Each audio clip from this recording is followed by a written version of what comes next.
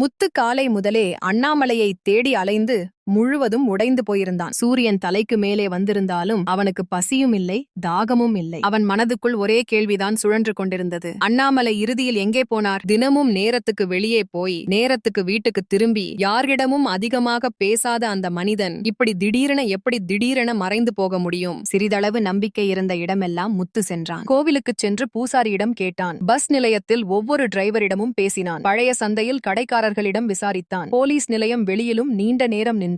ஆனால் எங்கிருந்தும் ஒரே பதில்தான். யாரும் அண்ணாமலையை பார்க்கவில்லை. மாலை நேரம் ஆகும்போது முத்துவின் கால்கள் தளர ஆரம்பித்தன. அவனுக்குள் பயம் மெதுவாக அதிகரித்துக் கொண்டே இருந்தது. நேரம் செல்லச் செல்ல அவன் மனம் மேலும் கலங்கியது. கடைசியில் கனமான அடிகளுடன் வீட்டை நோக்கி திரும்பினான். வாசலுக்கு வந்தவுடனே உள்ளிருந்து அழுகுரல்கள் கேட்டன. கதவை திறந்தவுடன் விஜயாவின் பார்வை நேராக அவன் முகத்திலேயே விழுந்தது. ஒரு கணத்தில் ஏதோ பெரிய தவறு நடந்திருக்கிறது என்பதை அவர் உணர்ந்தார். நடுங்கும் குரலில் அண்ணாமலை எங்கே என்று கேட்டார். முத்து எதுவும் பேசவில்லை. அவன் கண்கள் தரையில் பதிந்திருந்தன. மீனா உடனே அருகில் வந்து பதற்றத்துடன், என்ன நடந்தது? மாமா ஏன் வரவில்லை? ஏன் அவரை கூட்டி வரவில்லை என்று கேட்டாள். முத்து மீனாவை பார்த்தவுடனே அவன் கண்களிலிருந்து கண்ணீர் வழியத் தொடங்கியது. அவன் தன்னை கட்டுப்படுத்த முடியாமல் பலமாக அழ ஆரம்பித்தான். எல்லா இடத்திலும் தேடியதாகவும் ஆனாலும் அண்ணாமலையின் எந்த செய்தியும் கிடைக்கவில்லை என்றும் சொன்னான். யாரும் அவரை பார்க்கல, யாருக்கும் எதுவும் தெரியலை, இனிமேல் என்ன செய்யறது என்று தெரியவில்லை என்று மீண்டும் மீண்டும் சொல்லிக் கொண்டிருந்தான். அண்ணாமலை யாரையும் தொந்தரவு செய்யாத மனிதர் என்றும் தன் வேலையை தானே பார்த்துக் கொள்வார் என்றும், அப்படி இருக்க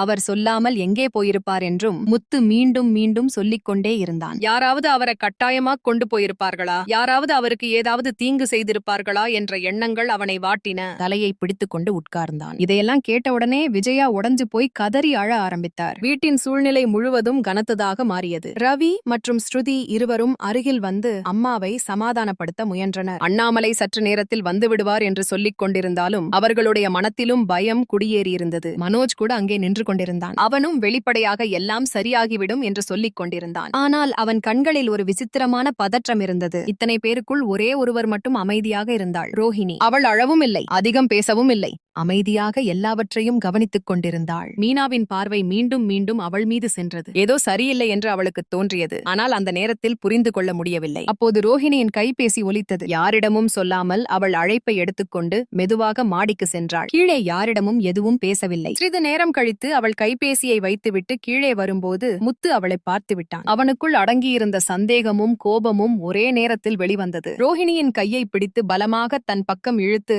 அவன் தந்தை எங்கே என்று கத்தினான். ரோஹிணி ஆச்சரியப்பட்டது போல் நடித்து, ஏன் இப்படி சொல்கிறாய் என்று கேட்டாள். அண்ணாமலை காணாமல் போனதில் தானும் வருத்தமாக இருக்கிறேன் என்று சொன்னாள். மனோஜை பார்த்து அவன் ஏதாவது பேசச் சொல்லினாள். உடனே மனோஜ் முன்னால் வந்து ரோஹிணியை இப்படி சந்தேகிப்பது தவறு என்றும் அவளும் பதற்றமாக இருக்கிறாள் என்றும் முத்துவை சமாதானப்படுத்த முயன்றான். ஆனால் முத்து யாருடைய பேச்சையும் கேட்கும் நிலையில் இல்லை. கோபத்துடன் ரோஹிணி வெளியே சென்று யாருடன் பேசினாள்? அந்த மனிதன் யார் என்று கேட்டான். அந்த கணமே ஏதோ பெரிய தவறு நடந்திருப்பது உறுதி என்று அவனுக்கு தோன்றியது. ரோஹிணி மீண்டும் தன்னை நிரபராதியாக காட்ட முயன்று முத்து தன்மேல் பொய்யான குற்றச்சாட்டு சுமத்துகிறான் என்று சொன்னாள். ஆனால் முத்துவின் கோபம் எல்லையை கடந்துவிட்டது. ஒரு நொடி கூட தாமதிக்காமல் ரோஹிணியின் கன்னத்தில் பலமாக ஒரு அறை கொடுத்தான். வீட்டில் முழு அமைதி நிலவியது. அனைவரும் அதிர்ச்சியில் உறைந்தனர். விஜயா ஓடி வந்து அண்ணாமலையுடன் என்ன செய்தாய் என்று ரோஹிணியிடம் கேட்டார். அவர் மருந்து சாப்பிடுபவர் என்றும் நேரத்துக்கு சாப்பிடவில்லை என்றால் அவருக்கு மயக்கம் வரும் என்றும் அவருக்கு ஏதாவது நடந்துவிட்டால் அதை தாங்க முடியாது என்றும் அழுதார். முத்து கோபமும் வேதனையும் கலந்த குரலில் பேச ஆரம்பித்தான். இன்று அண்ணாமலை உயிரோடு இருக்கிறார் என்றால் அது அவருடைய மருந்துகளினால்தான் என்றான். அந்த மருந்துகளே இன்று அவருடைய உயிரை காப்பாற்றியதாக சொன்னான். இதை கேட்டவுடன் அனைவரும் திகைத்தனர். யாருக்கும் எதுவும் புரியவில்லை. விஜயா தெளிவாக சொல்லச் சொன்னார். புதிராக பேச வேண்டாம் என்றார். அப்போது முத்து முழு உண்மையையும் சொல்ல ஆரம்பித்தான். அண்ணாமலையை கடத்தும் திட்டத்தை ரோஹிணிதான் போட்டாள் என்று முத்து சொன்னான். பயம் காட்டி முழு சொத்தையும் மனோஜின் பேருக்கு மாற்றுவதே அவளுடைய நோக்கம். வீடு பங்கிடப்பட்டவுடனே மனோஜுடன் தனியாக போய்விடவும் அவளுடைய பழைய உண்மை வெளியில் வராமல் இருக்கவும் தான் இந்த திட்டம். இதை கேட்டதும் மீனா பதற்றமடைந்தாள். மாமா மருந்து சாப்பிடவில்லை என்றால் மயங்கி விழுந்து விடுவார் என்று சொன்னாள். அதற்கு முத்து, ரோஹிணி கடத்தல்காரர்களுக்கு எப்போது சாப்பாடு கொடுக்க வேண்டும், எப்போது மருந்து கொடுக்க வேண்டும் என்ற முழு விவரத்தையும் கொடுத்திருந்தாள் என்று விளக்கினான். ஆனால் அண்ணாமலைக்கு திடீரென மயக்கம் வந்து அவர் நினைவு இழந்தபோது கடத்தல்காரர்கள் பயந்து அவரை உடனே மருத்துவமனைக்கு கொண்டு சென்றனர். அங்கிருந்துதான் தனது நண்பர் மூலம் முத்துவுக்கு இந்த செய்தி கிடைத்தது என்று அவன் கூறினான். முத்துவின் வார்த்தைகளை கேட்டவுடனே வீட்டிலே ஒரு புயல் அடித்தது போல ஆனது. ரோஹிணி இப்படி ஒரு செயல் செய்ய முடியும் என்று யாரும் நம்பவே முடியவில்லை. விஜயாவின் கண்கள் அகல அகல திறந்தன. அவரோட உடல் நடுங்க ஆரம்பிச்சது. கால்களில் சக்தியே இல்லாதது போல நாற்காலியை பிடித்துக் கொண்டு உட்கார்ந்து விட்டார். மீனா அப்படியே சிலை போல நின்றாள். அவளுடைய வாயிலிருந்து ஒரு வார்த்தையும் வரல. தான் கேட்கிறதெல்லாம் ஒரு கெட்ட கனவு என்று அவளுக்கு தோன்றியது. முத்து தொடர்ந்து அவனுக்கு எப்படியெல்லாம் உண்மை தெரிய வந்தது என்று சொல்ல ஆரம்பித்தான்.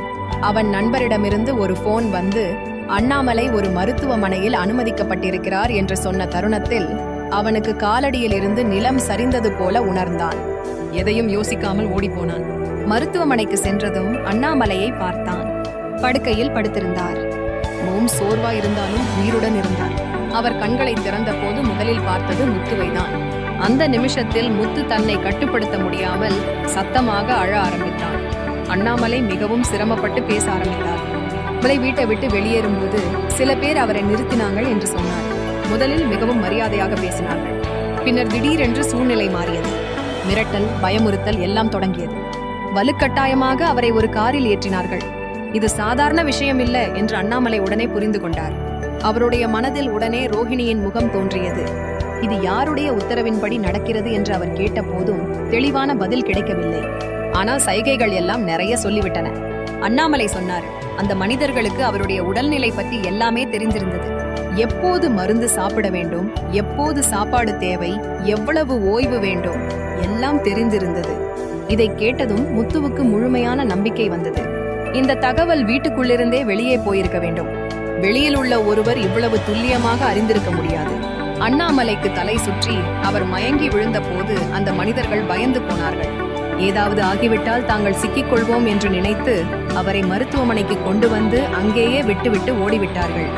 இதையெல்லாம் சொல்லிக்கொண்டே முத்து அழுதான். சின்ன தாமதம் கூட இருந்திருந்தால் இன்று அண்ணாமலை உயிருடன் இருக்க மாட்டார் என்று சொன்னான். இதை கேட்டதும் விஜயா கூச்சலிட்டாள். ரோஹிணியை நோக்கி பார்த்து, நீ ஏன் இப்படி சொன்னாய்? இந்த வீட்டில உனக்கு என்ன குறை? எதுக்காக பழி வாங்கினாய் என்று கேட்டாள். ரோஹிணியால் எதையும் பேச முடியவில்லை. அவளுடைய முகம் வெண்மையாகிவிட்டது. அவள் கண்கள் எங்கும் எங்கும் அலைந்தன. தப்பிக்க ஒரு வழி தேடுவது போல் இருந்தது. மீனா மெதுவாக முன்னால் வந்தாள். அவளுடைய குரல் நடுங்கியது. இந்த விஷயத்தில் அவளை ஏன் இழுத்து கொண்டாய் என்று கேட்டாள். அவள் மீது முழுமையாக நம்பிக்கை வைத்திருந்தாள். ரோஹிணி ஆரம்பத்தில் எதுவும் சொல்லவில்லை. பிறகு திடீரென்று அழும் நாடகம் ஆரம்பித்தாள். தான் எதுவும் செய்யவில்லை என்றும் எல்லாம் முத்துவின் சந்தேகம்தான் என்றும் சொன்னாள். அவளை மாட்ட வைக்க அவன் இப்படி செய்கிறான் என்றும் கூறினாள். தானும் இந்த குடும்பத்தின் ஒரு உறுப்பினர் தான், அப்படி இருக்க இப்படி செய்வாளா என்று கேட்டாள். ஆனால் முத்து இப்போது முழுக்க அமைதியாக இருந்தான். கோபத்தை விட அவனுக்குள் ஒரு குளிர்ச்சியான உண்மை இருந்தது. அந்த இரவு லைட் போன போது ரோஹிணி பயமுறுத்துவது போல நடித்து கத்தியை எடுத்துக்கொண்டு கையை வெட்டி கொண்ட நாடகத்தை தானே பார்த்ததாக சொன்னான். பிறகு திடீரென்று மனோஜின் பெயரை சொல்லி பேச்சை மாற்றினாள். அப்போது எல்லோரும் பயந்து போயிருந்தார்கள். ஆனால் அண்ணாமலை மட்டும் அமைதியாக அனைத்தையும் கவனித்துக் கொண்டிருந்தார். அப்போதுதான் அவருக்கு முதல் சந்தேகம் வந்தது. முத்து சொன்னான், காலை அண்ணாமலை எல்லோரிடமும் உண்மையை சொல்லிவிட்டால் ரோஹிணியின் விளையாட்டு முடிந்துவிடும் என்று அவளுக்கு பயம் வந்தது. அதனால் அவள் காலையை கூட காத்திருக்கவில்லை. வாய்ப்பு கிடைத்தவுடனே தன் ஆட்களை அனுப்பிவிட்டாள்.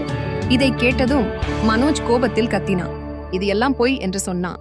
அவனுடைய மனைவி இப்படி செய்ய மாட்டாள் என்றான். ஆனால் அவனுடைய குரலில் கூட நம்பிக்கை இல்லை. அவனும் உள்ளுக்குள் பயந்து கொண்டிருந்தான். அவளுடைய வார்த்தைகளை கேட்டதும் மீனாவின் கண்கள் தாழ்ந்தன. அவளுக்கு தன்னுடைய தவறு புரிந்துவிட்டது. விஜயா கனமான குரலில், இப்போது அண்ணாமலை எங்கே இருக்கிறார் என்று கேட்டாள். முத்து அவர் வலைக்கில் இருக்கிறார். ஆபத்து இல்லை, ஆனால் மிகவும் பலவீனமாக இருக்கிறார் என்று சொன்னான். இதை கேட்டதும் விஜயா எழுந்து நின்றாள். இப்போது ஒரு நிமிஷம் கூட இங்கே இருக்கக்கூடாது என்று சொன்னாள். எல்லோரும் உடனே மருத்துவமனைக்கு போக வேண்டும் என்றாள். முத்து அனைவரையும் வரச் சொன்னான். ஆனால் மீனாவை நிறுத்தினான்.